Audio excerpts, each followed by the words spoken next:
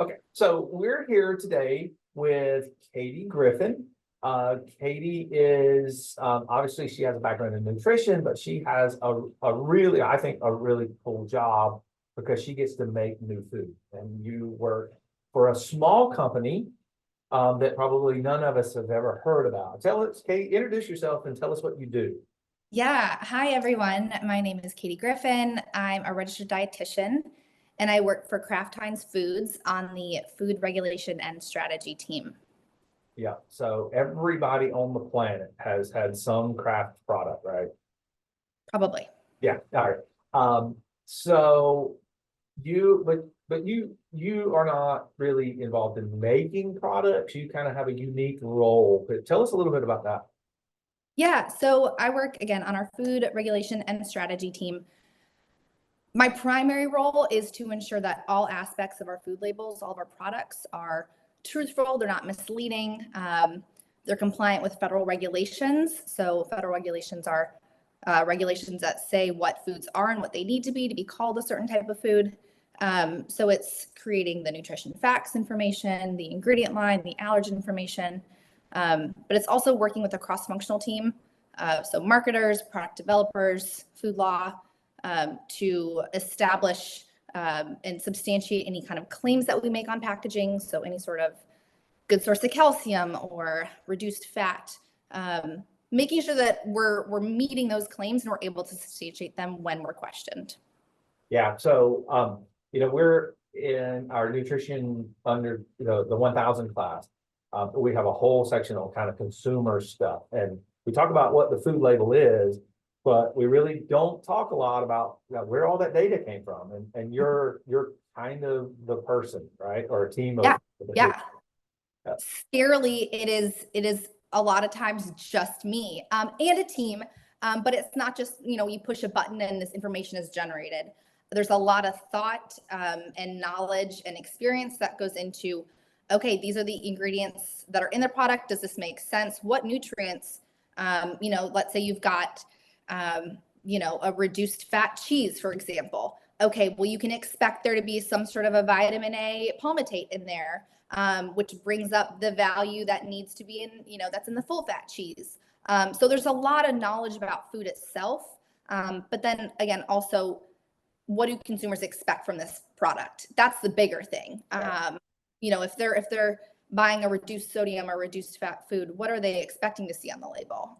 So there's a lot that goes into how we label a product and what kind of claims we put on products and should put on products. So it's more in depth than just a software that just creates the labeling, because that's not. Definitely. You said something a minute ago, and then a couple of probably a couple of months ago when you and I talked, you said something that I thought was really cool. Is this idea of when you guys make a product, there are rules around what you can call that product. And you're involved in some of what the FDA allows, and you negotiate with the FDA. Can you give us like not giving away trade secrets or anything, but So to your point, a lot of what I'm doing in my current role, I mean, in any role in sort of a nutrition education type role, but specifically in my role is taking a lot of technical and pretty scientific and sometimes even legal language. Federal regulations are actually, they're written by lawyers for lawyers. So food law is also an interesting career path, but it's taking a lot of that scientific language, interpreting that language, and then communicating that out in a manner that is more easily understood to the marketers that I work with, to developers. I think most importantly, though, it's taking that language and making it more easily understood by consumers, and that's the language that goes on packaging. So, to your point, there are a lot of standards of identity that have been established by the FDA for what you can call a product. Not every product has a standard of identity, but there are a lot of products that do have a standard of identity. For example, I'll go back to cheese. I work a lot with cheeses. You can't just call anything a cheddar cheese. It has to be a certain fat or moisture. It's got to have a certain nutrients, certain allowable ingredients. There's a certain make process to it. So you can't just, you have to follow the federal regulations, but then also what does the consumer expect from that food? So there's different tiers of naming foods. There could be a whole course on this. But yeah, different tiers of naming foods, federal regulation would be the first. The second would be if there's a common or usual name for the product, like, I don't know, popcorn or something. That's a common or usual name. A consumer knows what popcorn is. And the third would be an appropriately descriptive term. So cheese sauce. There's no standard for it. There's a cheese product and it's a sauce. So yeah. Yeah, that world is something I'm very interested in is whiskey, right? What do you call when is a bourbon a whiskey? And yeah, I don't know the answer to that, but I do know that there are nuances. Yeah, right. Yeah. So the same with cheese, right? So my only understanding of cheese is I had a friend that actually worked for Kraft years ago, was working on trying to develop a Roquefort cheese. And Roquefort cheese is like a soft, rapid age or a slow age cheese. And Kraft is like, well, we don't have 9 years to wait for this cheese. So they were trying to advance or, develop a rapid aging. And then the FDA goes, nope, a Roquefort has to be aged by X number of years or it's not a Roquefort. Yep. And there are similar examples of aging process. Really, the process, and it's more technical than this, but the process would be submitting like a temporary marketing permit to the FDA saying, look, we're not aging this product, 12 months, we're aging it 9 months, but we're still getting the same properties and still the same make process minus the aging time. And FDA, again, will not always approve it, but there's a process in place to get exceptions, but that's probably not the best way to say that. So yeah, a lot of rules and regulations, but again, a lot of it's also from a nutrition standpoint, working with my cross-functional team. We've got an entire nutrition research team. I do also a lot of work with trade associations. So International Dairy Foods Association is one of the trade associations I work with from a Kraft Heinz company perspective. So it's working with those trade associations on food industry initiatives that the FDA sets. So things like sodium reduction, sugar reduction. Right now, a couple big things are nutrition front of pack labeling proposals. So FDA has proposed just, again, a kind of more transparency for food labels. So we already have the facts up front, but there's a proposal to kind of establish the criteria of a product, if it's high in sodium, if it's, it is a stoplight chart, that sort of thing. Kind of what's our stance from a Kraft Heinz standpoint. We take that back to our trade associations, and a lot of the trade associations will submit then comments to the FDA. So that's kind of the process that we work within.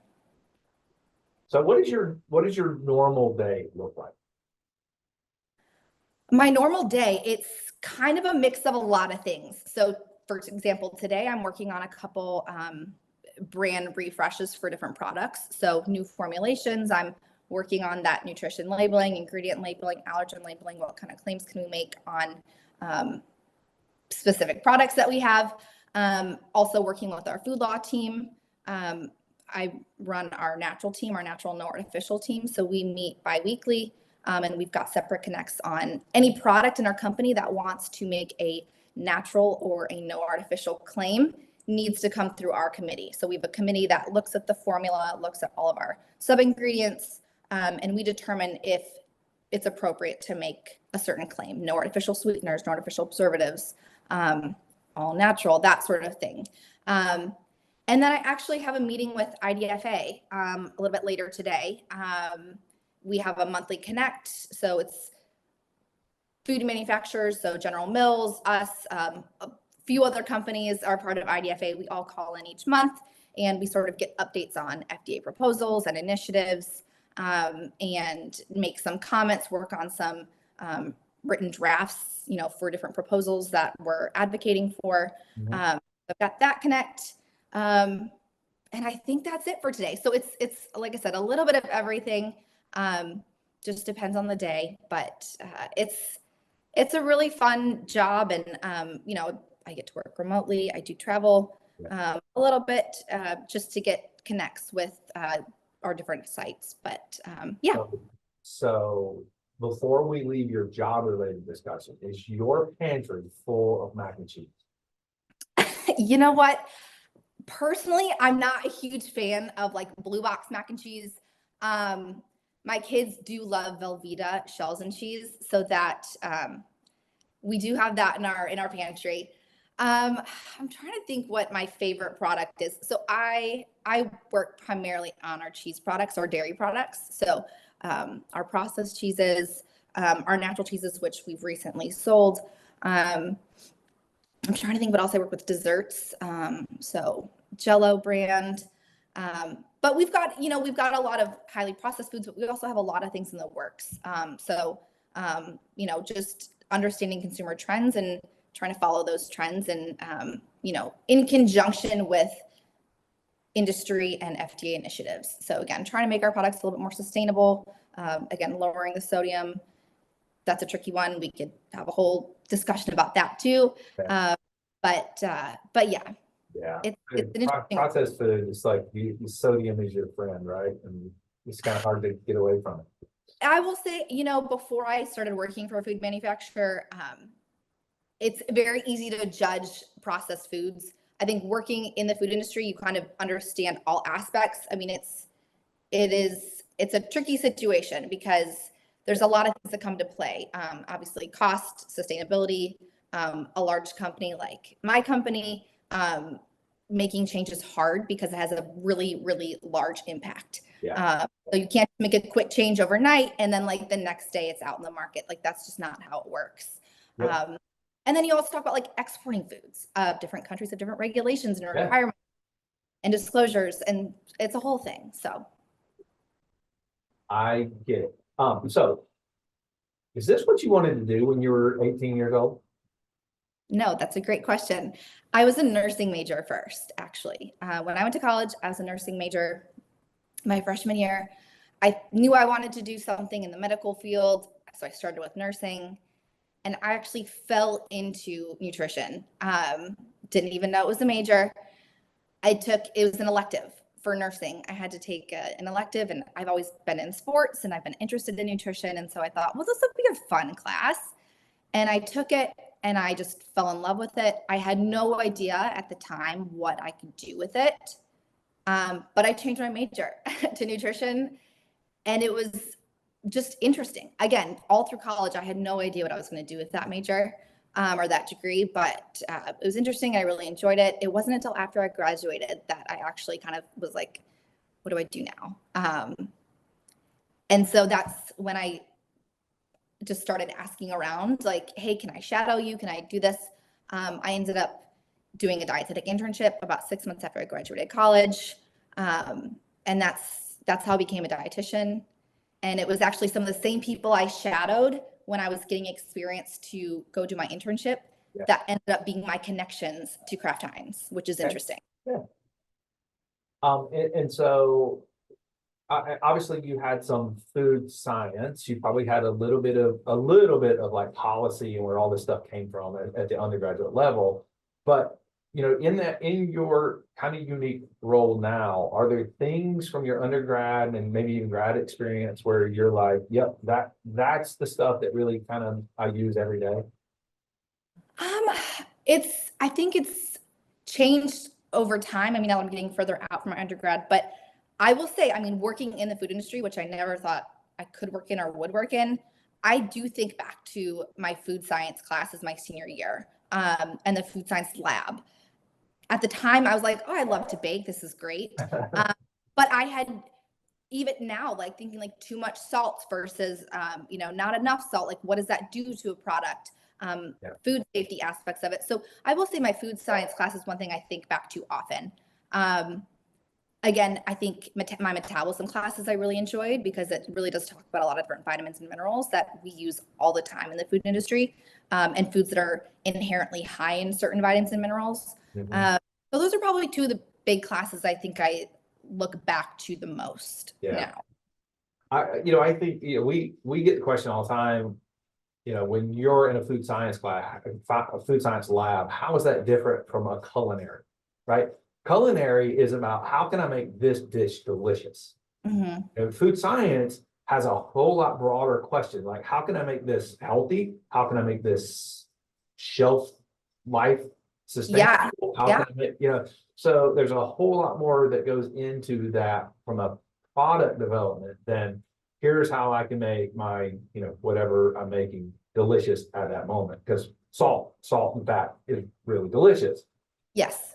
It's all, but it also helps with food safety. Yep, right. Even something, yeah, something like, what if I add, what are different emulsifiers that you can add instead of eggs? I mean, really, truly, it is very scientific. It's Yeah. for the most part, has a functionality. Yes, there's flavor too, but really, it's definitely more science than making things pretty and tasting good. Obviously, yes, you want them to taste good, Sure. but it's definitely very scientific. Yeah. Interesting. Yeah, it's fascinating. You know, I'd like not talk about alcohol again, but you know, I follow the bourbon and craft beer industry pretty, I kind of just my hobby. And it's crazy how sciencey even that industry has become, right? And it's just it's a Winemaking too. yeah, I mean, yeah, I'm fast. I've always thought about this. If I left the food industry, it would be to like go work for like a winemaker. Um, Mainly because I enjoy drinking wine, but yeah, it's like the aspect of like what goes into yeah, wine, and like fermentation and yeah. just again like using like organic grapes and just that sort of thing. Like it's very interesting, Yeah. more than I think an average consumer understands. Oh yeah, and you know, because you have that science background, you can approach it from a, well, what can I do differently to make one? Okay, can I make it better? Can I make it healthier? Can I make this more sustainable? Can I make it, you know, all of those questions that are just fascinating. So, a last couple of questions. Um, what do you see as, you know, somebody's interested in food science or kind of food product development? What do you see the big challenges of the field are? What are those? Right now on the horizon, and it's just going to become a bigger and bigger thing. It's going to be about sustainability. That's something that we're kind of the entire food industry is looking into. So even just things like cultivated meats, so like lab grown meats, like that whole avenue is, I think, going to be bigger and bigger. Regulations are they're always changing. There's always new, again, more sustainability and more regulations and requirements for labeling products. Transparency to consumers, that's been an even bigger thing. So again, we've got some really big initiatives to how do we reduce sodium and reduce sugar. It's definitely I would say it's not an unprecedented time, but there's a lot of changes on the horizon that I think kind of all go back to how do we become more sustainable as a food industry, as a country, as the entire world. Really, Europe has done a really great job, so we're trying to sort of catch up with them on sustainability and regulation. So I think that's where we're focused on most, and we don't know enough. When I'm to go back to like lab grown meat or cultivated meat, even the FDA and USDA haven't quite figured out like who. It's kind of like joint ownership right now because it's still such a new thing. Sure. There are things popping up all over that are trying to make more, plant-based alternatives, and like plant-based dairy is becoming a much bigger thing. Yeah. So I think that whole avenue, sustainability, and again, more like plant-based, and that's the direction that the food industry is heading in. Yeah. Yeah. It's funny you said that because you know, a couple of months ago, there was a huge debate from the dairy industry about what you can call dairy, right? I love almond milk. Well, you know, Yep. almonds don't make milk, right? But Yep. yeah, So that is one thing I'm working on, working with IDFA. Again, we have a lot of dairy products in our company. And so, a lot of times we'll submit comments for the IDFA, and they're the ones submitting comments, to FDA as far as, again, naming and regulations around plant-based dairy. So, yeah, that's, plant-based dairy. Yeah, that's a good yep. one. And thinking like, if it's plant-based dairy, at some point, if it's close enough to the actual product, it has to be nutritionally equivalent. Yeah. So, not all plant-based, like soy milk is different than almond milk, which is different than cow's milk. The nutrients are all different. Soy milk is probably the closest nutritionally, like fortified soy milk, but almond, it's a whole, there's a lot that goes into naming products and what you can call products, and also nutritionally what you need to add back to products if they've been removed or if they're just not there inherently. Yeah. So last question. Okay. Suppose there's a student that's really interested in working for Kraft or working for, I don't know, Nabisco, right? Making products. And they're 18 years old, freshman in college. What piece of advice are you going to give them? I think looking back, my biggest piece of advice is don't be afraid to reach out and make contacts, network. My company has an internship every summer for product developers. We've got, just different like corporate roles, like an internship that you can, go through each of the roles. You can go through quality, you can go to regulatory, go through marketing, and then at the end of the program, you decide what you'd like to go into. Yeah. But I think my biggest, even as an 18-year-old, like ask to shadow people, ask questions, ask to, see if you can come in for a tour.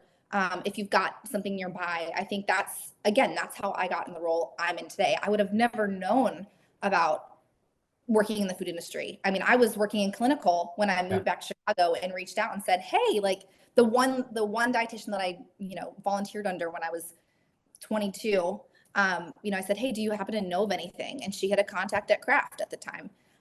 So I think network and make contacts, because there are so many opportunities for nutrition professionals and registered dietitians in the food industry.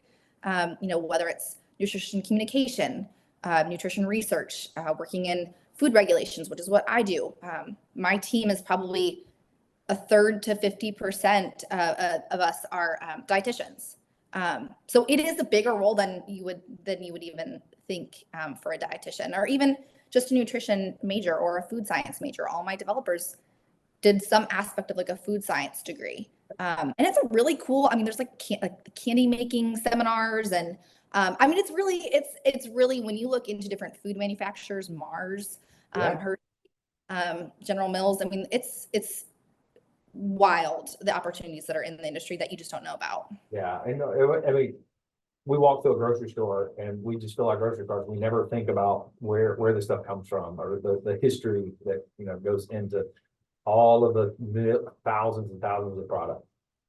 It's a huge area for growth. And like I said, there's a lot of opportunity for anyone, not even necessarily like a dietitian, but any nutrition major or food science, dietetics major. There's a lot of room for growth in this industry, for sure. Awesome. Well, it's always fun to talk to you. I think every time we talk, I learn a lot that I didn't even know about. So it's been awesome. It's been a pleasure to talk to you. And I think what you do is really cool. It's really important. Yeah. And you don't see patients, you don't meet individually, but every day you're touching thousands and thousands of people's lives when they're making consumer decisions. So it's really cool. Yeah. Thank you for having me. This is really fun to talk about. Happy to talk more about this. Or if you have any students that, want to reach out or, get a little insight or just have a chat and see what it is that I do, or any, feedback or recommendations I'd have, feel free to pass the information. Yeah. But no discounts on mac and cheese. Say that again. I said you're not giving any discounts or coupons on mac and cheese. No, I don't even get discounts on mac and cheese. Sorry, everyone. Unless I go to the company store, but that would require traveling up to Chicago. Yeah, so. Chicago. Yeah. Well, thanks again. It's been awesome to talk to you. Thanks for meeting with us. Of course, anytime. Talk to you as well. All right. Well, thanks. We'll talk to you later. All right. Bye-bye. Bye, Dr.